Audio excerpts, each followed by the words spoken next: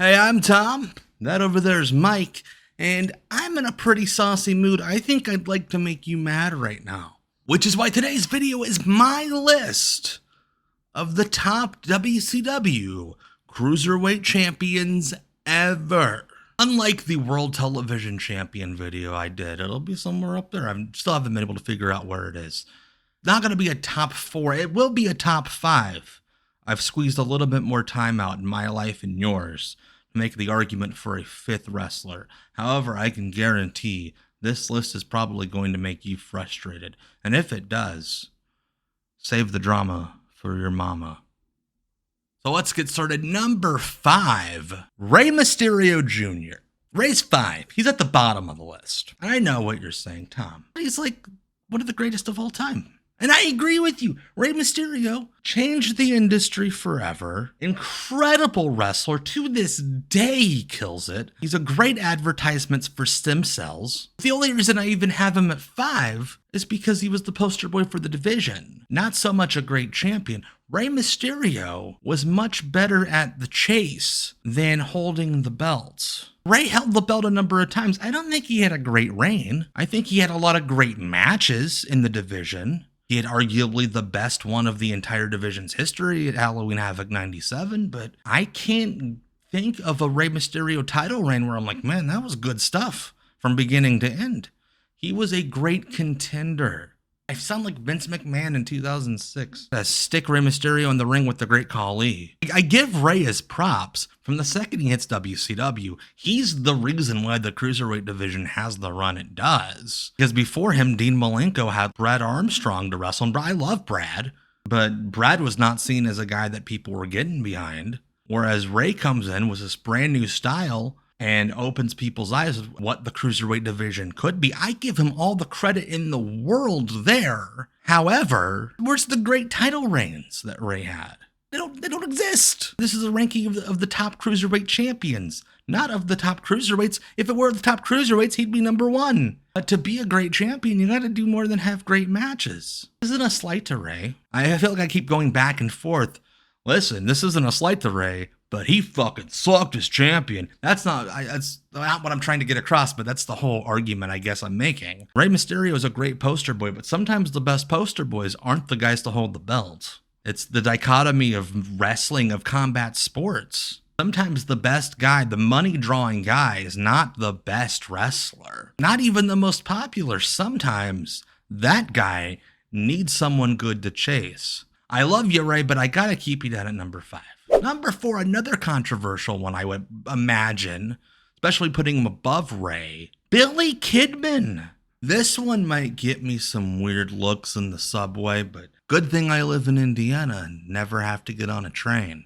My argument here is that this is the most that the Cruiserweight title ever elevated anyone. Up until Kidman won the Cruiserweight title, he was the guy who took the best bumps in the flock. If you needed someone to take a real cool diamond cutter, you get Kidman in the ring. But otherwise, he was the best of the guys who were pretending to be on heroin standing behind Raven. And then the night after Fall Brawl 1998, the Flock's liberated, Saturn defeated Raven at Fall Brawl, and someone decides to sprinkle some fun dust on Billy Kidman. They give him a 2-segment match with Juventud Guerrero for the Cruiserweight title. He wins the belt and is elevated pretty quickly from it. It's very hard to elevate someone by not having them defeat a top star, but that's what Kidman did. That's what this championship win did. Think about all the other guys in the flock. None of them really got momentum going from leaving the flock.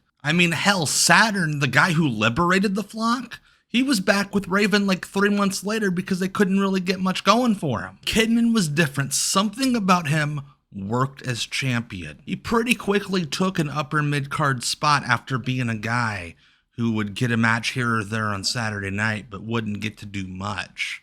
You know, he had the good looks. He was able to hang with the top cruiserweights. He had some charisma. You know, he had some oomph. I'll argue that Kidman was the last cruiserweight champion to have truly great pay-per-view matches. Back-to-back Starrcade 1998, he wrestled Rey and Hoovy in a 3-way match. That was awesome. And then the next month he had a 4-way match. It sold out with Ray, Hoovy, and Psychosis. That was fantastic. After him, the Cruiserweight title kind of slowly goes... Kidman does so well as Cruiserweight champion that he goes from, background player to one of the top mid-card guys in the entire company. There's that deal in 1999 where they essentially elevate a bunch of Cruiserweights as being, quote, above the division because they needed an upper mid-card reflux. Ray and Kidman and Malenko all get pushed in the tag team division. And that absolutely wouldn't have happened had Kidman not killed it, being thrust suddenly into the Cruiserweight Championship dimension. Brava, Billy Kidman. And congrats once again on getting clean from kayfabe heroin. Number 3, the glue of the division in many people's eyes for most of its run. Arguably its perennial champion, and a guy that has a good argument for being number 1. I'm referring to the Iceman Dean Malenko. I know the arguments against Dean as a wrestler. He's too mechanical. He kind of just floats from move to move. I get it that he makes wrestling look too easy at times. I understand you. I get you. I feel you, sister. However, Dean Malenko kind of forms what the Cruiserweight division is. He takes this moldless, formless division that nobody really knows what they're doing with it. He anchors it, he sets it in place, and he makes it different. You watch the first couple of months of the Cruiserweight division settling in WCW, and it looks real worrisome. They have some great wrestlers, but they don't really know what direction they want to take it. You have the Guerreros and the Malenkos, but then you got Eric Bischoff also going on TV and saying that Jumpin' Joey Maggs is a top contender for the Cruiserweight title when he hadn't won a match in 6 years on TV. At one point they were kind of pushing on commentary that Bobby Walker was a top Cruiserweight in spring of 96 as the thing starts getting rolling. This thing looked like it was going in the direction of the WWF light heavyweight division a year or two later. But through really great work and being a chameleon of styles who can work with pretty much anyone,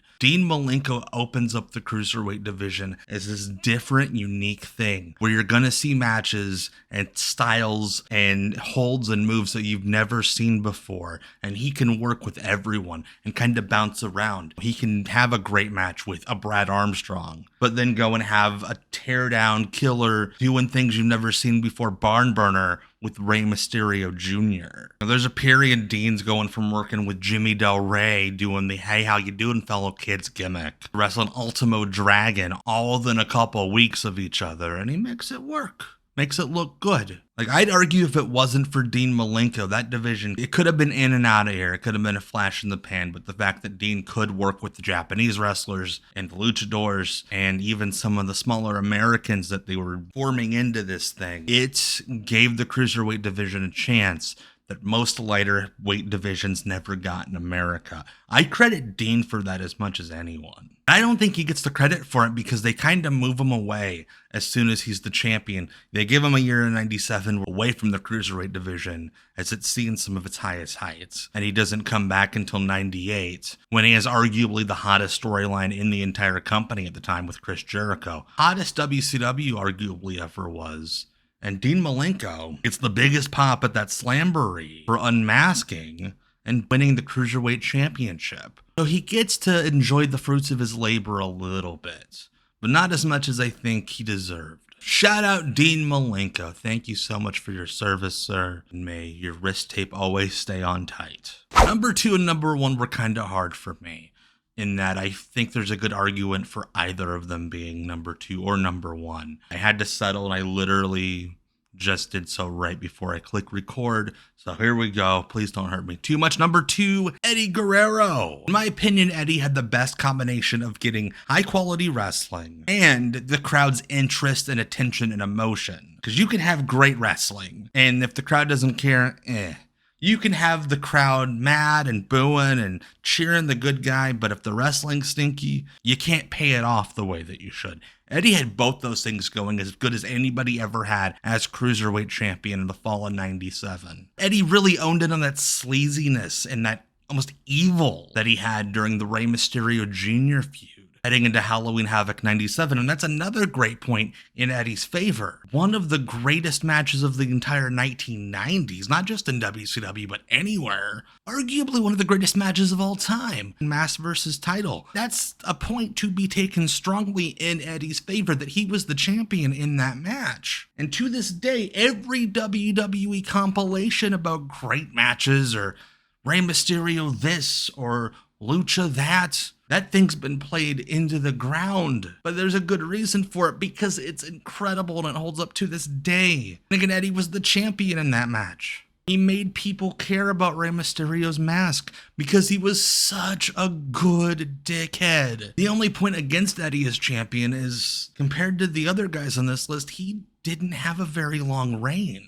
You know, he was champion for most of the end of 1997, but that's about it. He's in and out. Kind of transfers in the Cruiserweight division and back out of it. People don't understand that Eddie Guerrero wasn't really counted as a, quote, Cruiserweight in WCW very long. When you were over to a certain point, all of a sudden they pretended that you did not weigh under 235 pounds. I mean, Chris Benoit, technically, other than the Cruiserweight title tournament, was never counted as a Cruiserweight. So while Eddie's run wasn't long, it was certainly very good. It was so good that you have to take into account that he was the guy at the lead of the pack during the peak of the division. And because of that, you got to count him as a great champion, a wonderful champion. It was to the point that, I don't know if you guys saw the short I did about it, but Super Brawl 8 in San Francisco, the original idea was just under the Hogan and Sting rematch. The number 2 match in that show was going to be Eddie versus Rey, with Oscar De La Hoya as a special guest referee. De La Hoya pulled out and Rey messed up his knee. Otherwise, they would have gone through with it.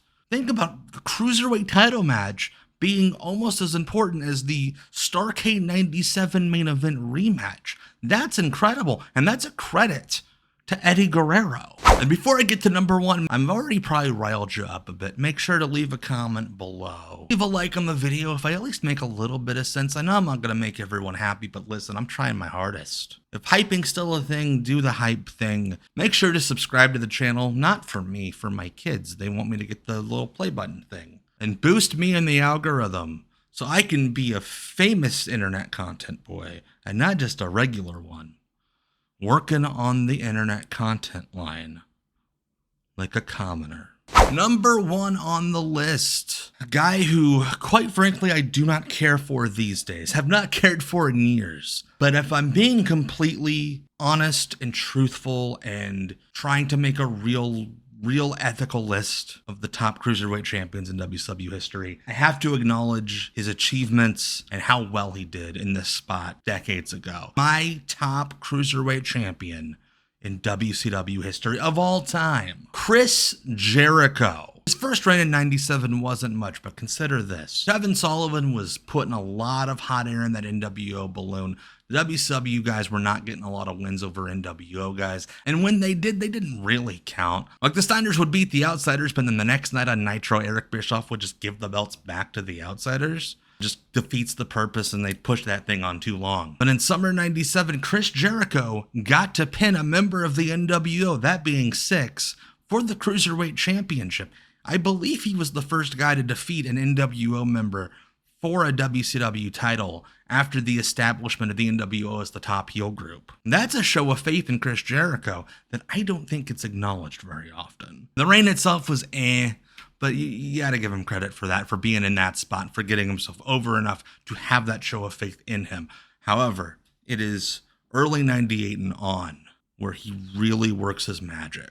When he turned heel and defeated Rey Mysterio for the Cruiserweight title, became one of the hottest performers in the entire industry, completely out of nowhere. Nobody at the end of 97 was going to call that. Chris Jericho had kind of flatlined. When he turns heel, he takes advantage of the fact that WCW is a lawless land and just does whatever he wants on television to an extent.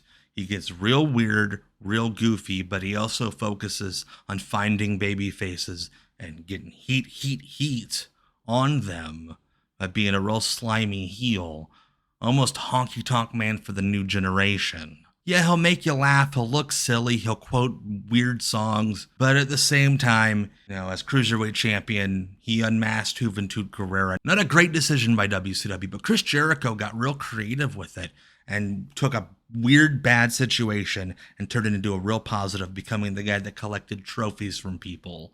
And while he was being silly, he was also getting, people pretty mad at him, which a lot of silly heels forget to do. Jericho took advantage of the fact that the big dogs on top weren't really threatened by cruiserweights to just do whatever without needing approval. Kind of under the surface became one of the hottest heels that wrestling had, at arguably its most culturally relevant. I'm going to go back to Slamboree 98 like I mentioned earlier. As great as Dean Malenko is, you wouldn't have thought of him as a hot, fiery babyface. When he takes off the Cyclope mask and does a basic babyface comeback, you would have thought that The Rock and Stone Cold Steve Austin wrestled Hulk Hogan and Jesus Christ in that building. Incredible reaction over the Cruiserweight title, which most of the time was just the good wrestling belt. On that night, it was the hot heat belt. People cared more about Jericho and Malenko, you could argue, than any of the stuff with Hogan and Hall and Nash in them. A lot of it's because Chris Jericho figured out how to become a good heel champion while also having the great work rate cruiserweight matches and making everyone happy. In like 99 to 2000, the cruiserweight division got a little more gimmicky. They tried to go a little too character-based. Jericho was very character-based, obviously. A lot of character work. But he didn't forget that the reason that the cruiserweight division worked is because they had these incredible death-defying matches. He was the best of both worlds. He was the Miley and the Hannah. So as much as I don't care for Chris now, I have to give him ultimate props for what he did as cruiserweight champion. He did excellent work, some of the best work of his career, and launched this entire career that he had throughout the 2000s and 2010s off of 1 year as the workhorse champion of WCW. Again, if you dug the video, please give it a thumbs up. Leave me a comment if you think I was out of line or if you agree with me. Sometimes I just like to be agreed with. It makes me feel good in my cockles. As well, subscribe. Buy a shirt. I have shirts now from a t-shirt shop. Get a shirt. Be a good person and help me financially. Check out my streams Sunday and Tuesday evenings. We watch stuff. We have fun. We build community. So again, my name is Tom. That's Mike back there. And why did you open my mail?